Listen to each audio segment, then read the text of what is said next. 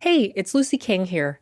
Thanks so much for listening to Making Contact. If you want to support our work all year long, please consider signing up to make a monthly donation. Just $5 a month will help fund our social justice reporting all year long. Now, here's the show. I'm George Lavender, and this is Making Contact. My poor little children will one day live in a nation where they will not be judged by the color of their skin, but by the content of their character. I have a dream today.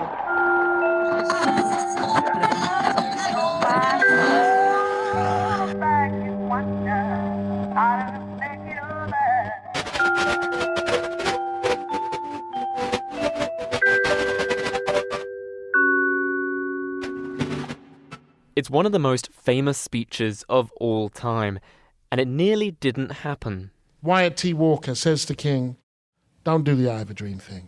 It's trite, it's a cliche. You've used it too many times before." But on the steps of the Lincoln Memorial on August 28, 1963, Martin Luther King Jr. ignored that advice.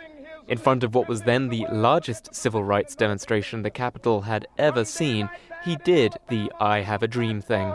Black girls will be able to join hands with little white boys and white girls as sisters and brothers. I have a dream today. On this edition of Making Contact, Gary Younge talks about his book, The Speech, Martin Luther King Jr.'s Dream, and the story behind it. The book is called The Speech, and it's about King's famous speech at the March on Washington. And if left there as an idea, then you have a great man and a great talk. But King could not do that on its own. The speech and the march came from somewhere.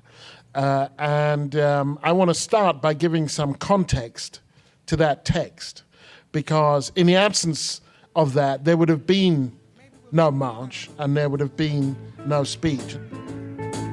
Hey, we're in the middle of a revolution, because I see the face of things to come. Yes, I do. And so I start with kind of some of the people whose names perhaps we don't know, but who paid for that speech in a range of ways.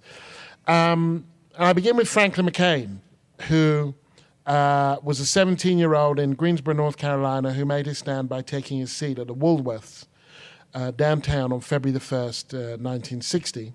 When I interviewed Franklin McCain, he said that up until that time, as a young man in North Carolina, he felt that his life was worthless and that his parents had lied to him.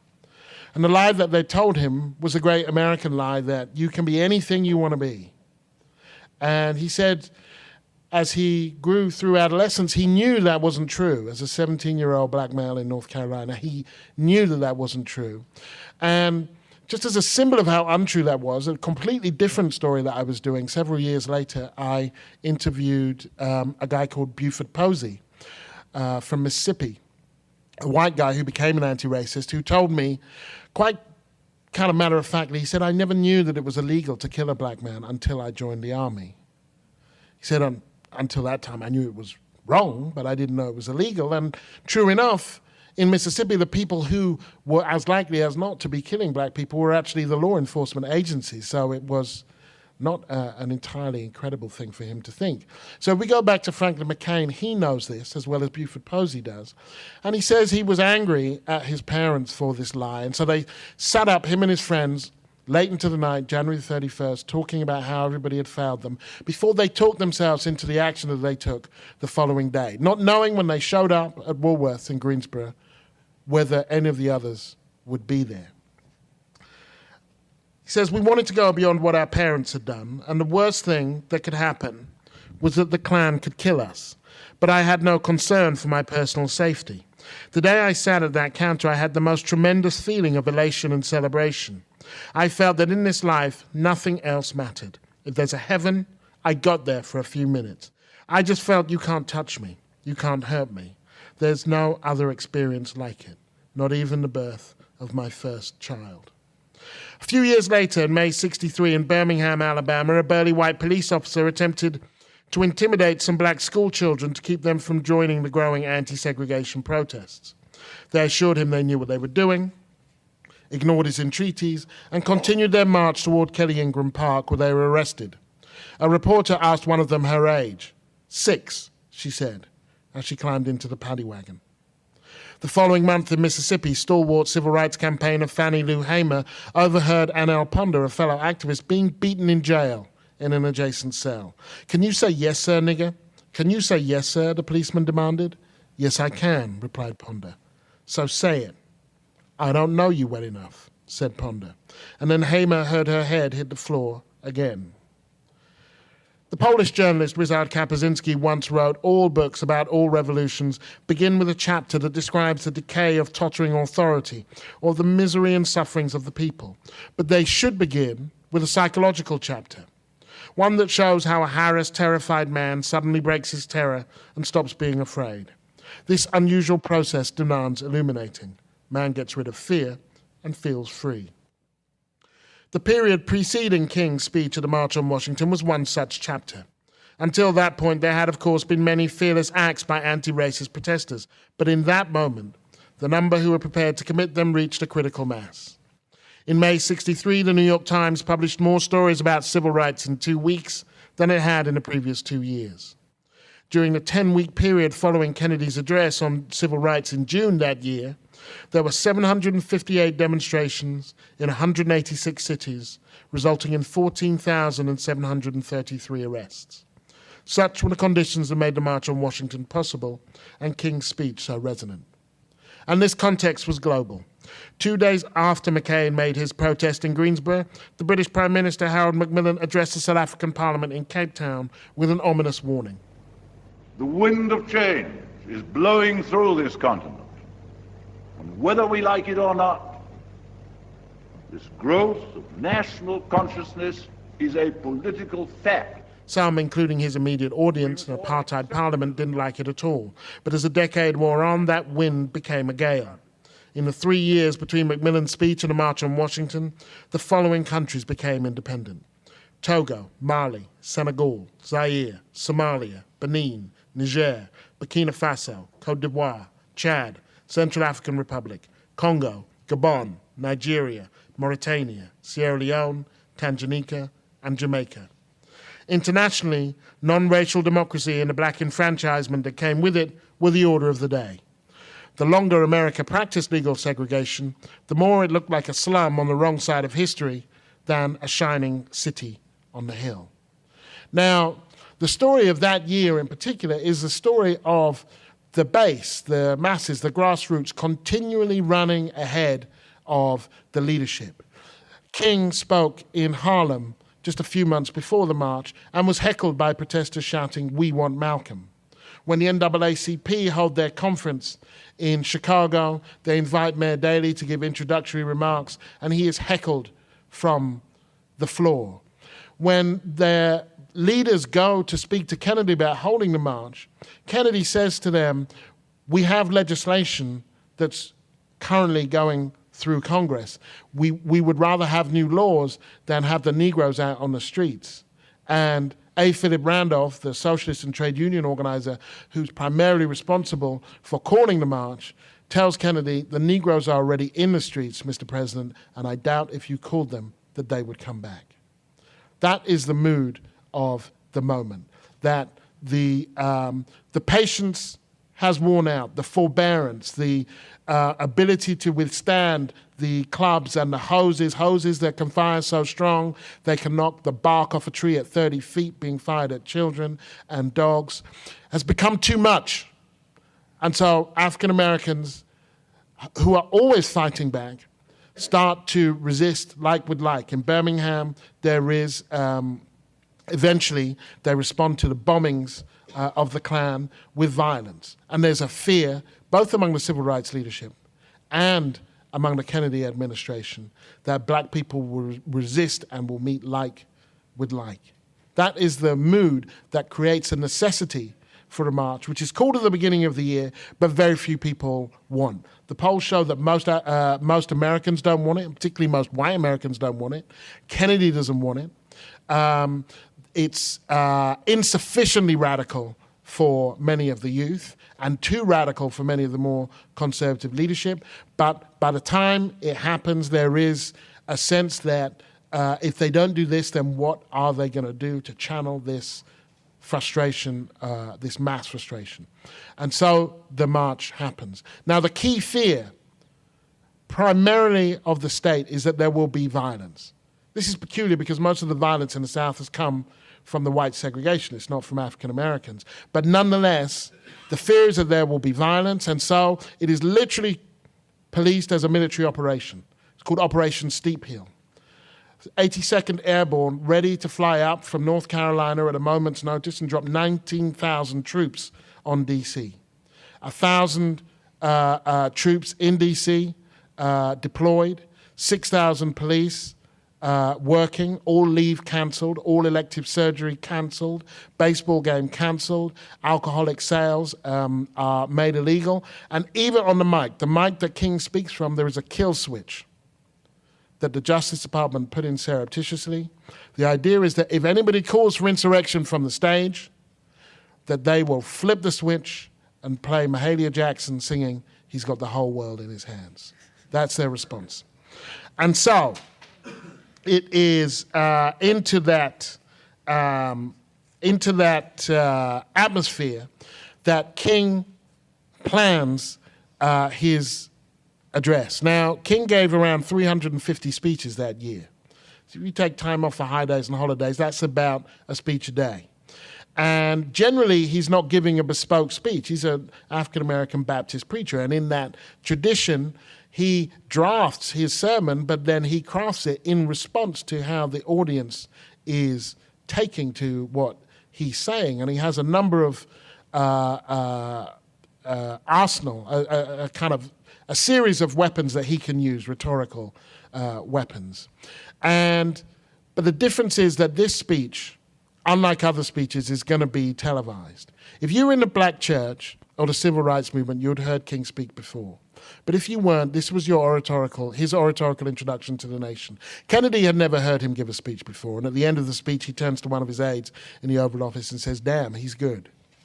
And so King and his team want something that is going to be on a par with Gettysburg. Now, we know a lot of these details because the FBI were kind enough to record them for us. He wants something on a par with Gettysburg. And so one of his main aides, Wyatt T. Walker, says to King, "Don't do the I Have a Dream thing.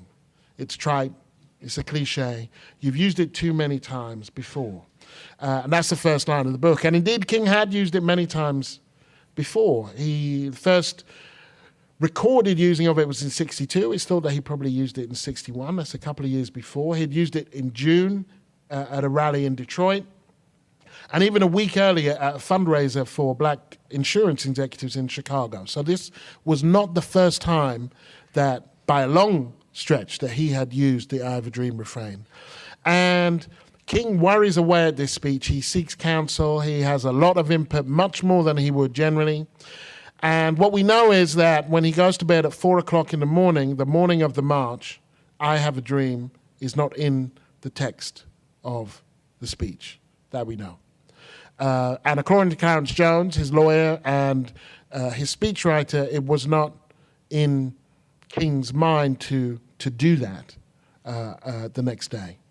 So the next day, there is a series of meetings they have with Congress. There's a funny kind of moment at the beginning of the day where they're in meeting Congress and they come out, and the march has started without them, very symbolically, given what I've said earlier. Bayard Rustin, the gay, ex-communist, conscientious objector, and that's before you get to the fact that he's black. He's the organizer of this march, and he runs out of Congress, sees the march leaving, and says, "We are supposed to be leading them." They jump into their limousines and try to catch up with the march, but are blocked by the traffic caused by the march that they themselves have called. And so they jump out of the limousines and they run to catch up with the march. And if you look at pictures of the leaders of the march, in a kind of Fred Flintstone version of photoshopping, what they did was basically just clear people out of the way so it looks as though they are at the front of the march, but actually they're in the middle.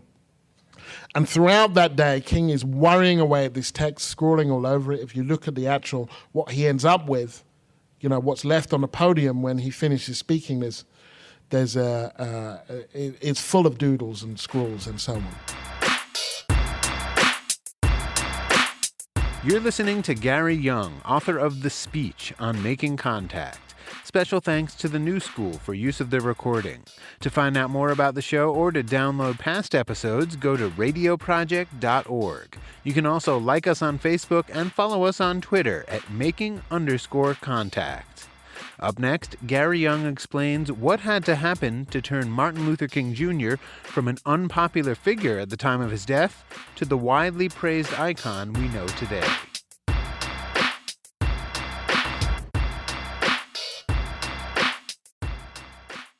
And I can tell from your applause he needs no further introduction. Mr. Bob Dylan. It was a hot day, 87 degrees at noon, and King is the 16th on a agenda of 80.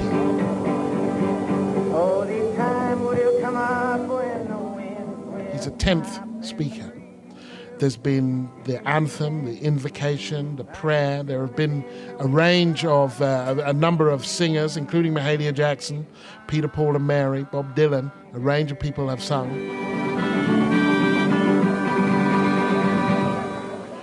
And he takes to the podium about 2:30. At this time, I have the honor to present to you the moral leader of our nation. I have the pleasure to present to you Dr. Martin Luther King, Jr. And according to Clarence Jones, who drafted much of the text, King keeps closer to this text than he would regularly keep. I am happy to join with you today.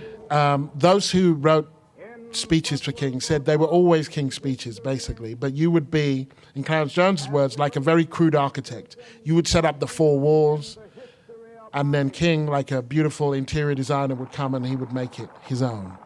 And King speaks very faithfully to the main text. 50 years ago, a great American in whose symbolic shadow we stand today signed the Emancipation Proclamation. But then and if you listen to the speech, and I would advise you to listen to it, it's the most popular, least well-known speech I've heard of. When I told my brother I was doing this book, he said, I love that speech. It's such a great speech. You know, that thing about I've been to the mountaintop and I've seen the promised land, and I said, it's a great speech, but it's not that speech. And he's winding up. He says, go back to Mississippi, go back to Louisiana, go back to South Carolina. Go back to Georgia, go back to Louisiana, go back to the slums and ghettos of our northern cities. Knowing that somehow this situation can and will be changed. Behind him is sitting Mahalia Jackson, a very, very close and special friend. When King was on the road, he would often call Mahalia Jackson for what they termed gospel therapy. He would call her and he would ask her to sing to him down the phone to soothe his spirit when he was down. And so he knew her well, he knew her voice well. And she shouts, tell him about the dream, Martin, tell him about the dream. She had heard him deliver the dream segment in June in Detroit. King continues. Let us not wallow in the valley of despair. And then she shouts again, tell us about the dream, Martin. Tell us about the dream. I say to you today, my friend. And then, in the words of Clarence Jones, King puts his text to the left of the podium. And in his body language changes from a lecturer to a preacher. And Jones turns to the person next to him and says, those people don't know him, but they're about to go to church. So even though we face the difficulties of today and tomorrow, I still have a dream. At which point, Wyatt T. Walker, the man who advised not to do that, who's in the crowd, turns to the person next to him and says, oh, he's doing the dream. So,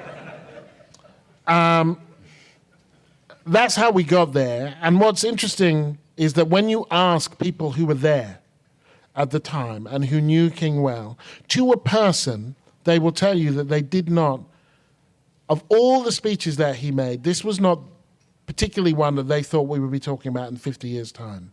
It was a great speech, that none of them, deny that. But many of them have different speeches that they thought were better, and either way, they said great speeches was what King did. And so I spend a fair amount of time in the book looking at why that is, and I want to kind of really suggest two things here. The first is that there is something for pretty much everybody in this speech. If you are an African American, part of a community who's told that you are genetically stupid, that you're poor because you're stupid, that your stupidity is your responsibility, and that the failings in your community have nothing to do with history and everything to do with you, then to know that the best speech, America's favorite speech, was delivered by an African American in the black vernacular as an indictment of American racism is something to be very proud of. If you are a patriot, there is nothing in this speech that you need worry about. It is a dream deeply rooted in the American dream. Literally and metaphorically delivered in the shadow of Lincoln, that pays homage to the Founding Fathers, the Constitution, and the Declaration of Independence. It's an American speech. Couldn't have come from anywhere else. If you are progressive, this speech comes on this day. There have been few days like this for American progressives. Fair enough, only 20% of the crowd was white, which was less than what they were expecting. But nonetheless, this was the first march of its kind in Washington. Now marches in Washington are 2 to a penny, but this mass demonstration, they hoped for 100,000, they got 250,000. Had never been done before. And it comes, and this is the way I describe it in the book, it is the most eloquent articulation of the last great moral act that America can claim for which there is any consensus, and that is the end of American apartheid. That whatever people say now or feel able to say, nobody who wants to be taken seriously is calling for those signs to go back up. Nobody is calling for a return to formal, codified segregation. And however small that may seem when we see the amount of racism that can still spew from the mouths of those who are elected or unelected, that is no small thing. The end of apartheid is a big thing. And it's, I believe it's the last great moral thing that America can really claim to have done as a country. So there is that. A number of people have something to claim, but there's also something else. King, when he delivers that speech, there is an even number of Americans with a favorable and unfavorable view of him. By 1966, twice as many Americans have an unfavorable view than a favorable view. And then he's dead in 1968, assassinated. By 1999, when Americans are polled on who are their favorite characters of the 20th century, King comes second only to Mother Teresa. So something happens between when he is assassinated as a somewhat marginal and polarized figure and 1999. And this is what I think has happened. First of all, why does he become unpopular? Well, when the speech is delivered, the year after comes the Civil Rights Act. The year after that comes the Voting Rights Act. Legislation begins to kick in, and King understands that the end of segregation is not the same as the beginning of equality.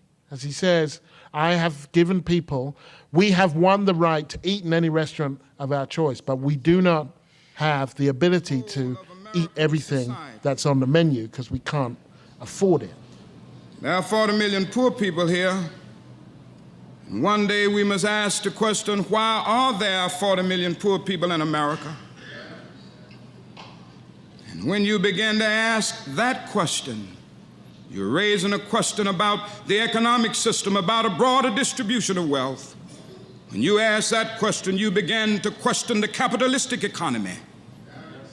And I'm simply saying that more and more, we've got to begin to ask questions about the whole society. We are called upon to help the discouraged beggars in life's marketplace But one day we must come to see that an edifice which produces beggars needs restructuring.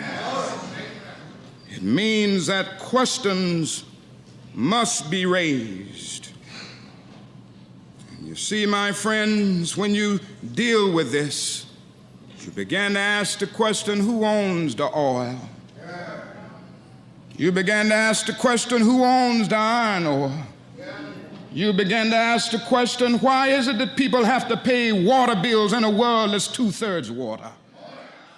Now, that kind of talk in America in 1967 will get you killed.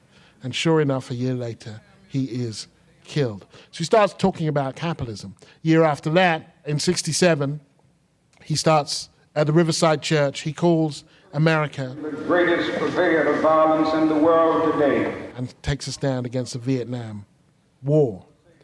Now, how is America then going to remember King? Well, it can't remember him if it's going to raise him to iconic status. If it's going to put him on the mall, then it has to sanitize him for public consumption. It has to make him the kind of person who could come second to Mother Teresa. And you can't do that with a man in America who questions capitalism. Because to remember King in that way would not raise him above the fray, it would enter him into it. You can't remember King as a man who criticized capitalism and still hold him up as an American icon. That doesn't work unless what it takes to be an American icon changes. You can't remember him, America can't remember him, the powers that be, as the man who called America the greatest purveyor of military violence in the world today, because arguably it still is. And it was notable on the 50th anniversary of the speech. It took place literally on a split screen. And on one screen, there was Obama, Clinton, Carter, carrying King's mantle, cloaking themselves in his legacy. And on the other screen, will we bomb Syria? When will we bomb Syria? Why wouldn't we bomb Syria? You can't remember King as that, have him on the mall, and still claim him to be an American icon when he's speaking about America being the greatest purveyor of military violence. But you can remember him as a man who got rid of American apartheid. Not American racism, because that would involve a whole different set of conversations about why black men in D.C. have a lower life expectancy rate than men on the Gaza Strip. You can't have that conversation, but you can have the conversation about why or how he got rid of American apartheid. And so that's the way that they choose to remember him. And so I end with just one paragraph where I talk about the process by which King, and through him the speech, can be sanitized. And I say white America, most of it, came to embrace King in the same way that most white South Africans came to accept Nelson Mandela, grudgingly and gratefully, retrospectively, selectively, without grace, but with considerable guile. By the time they realized their dislike of him was spent and futile, he'd created a world in which admiring him was in their own self-interest, because, in short, they had no choice. When it comes to King and his speech, one of the central arguments in this book is it's not just about what you remember, it's also about what you forget. Thank you.